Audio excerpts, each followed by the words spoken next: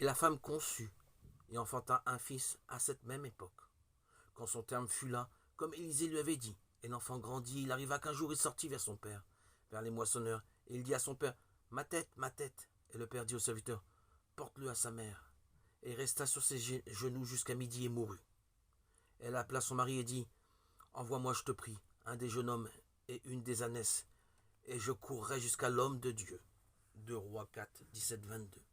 Les années ont passé, et le père a maintenant un petit compagnon dans la personne de ce fils, qui lui a été donné miraculeusement dans son âge avancé. C'est l'époque de la moisson, le père est dans les champs et son petit garçon est venu près de lui. L'enfant se plaint subitement de maux de tête. Un serviteur l'emmène vers sa mère, mais il meurt peu après. Pourquoi Dieu détruit-il, après une si courte durée, le bonheur de ses parents avec leur fils? Pourquoi les fait-il passer par cette épreuve? Le donateur a-t-il été oublié au profit du don? Portait-il trop d'attention à l'enfant et plus assez à Dieu?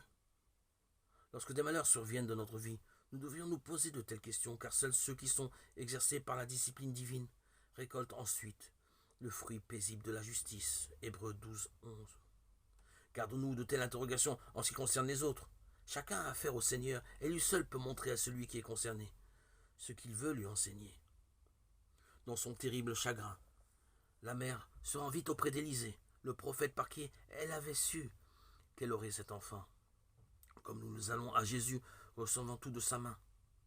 Sa voix seule peut apaiser la tempête, commander au flot de se calmer. Avant de parler de nos chagrins à qui que ce soit, nous devrions aller tout droit à Jésus. Là, et là, seulement, nous trouverons du réconfort. Dans les moments de profonde détresse, alors que tout semble vide, sans espoir, que l'objet de nos espérances n'est plus qu'un corps mort. Regardez vers Jésus, notre Sauveur, notre Seigneur, nous permettra de dire « tout va bien », verset 24. Cela demande vraiment beaucoup de foi, et ce sera une victoire sur le monde.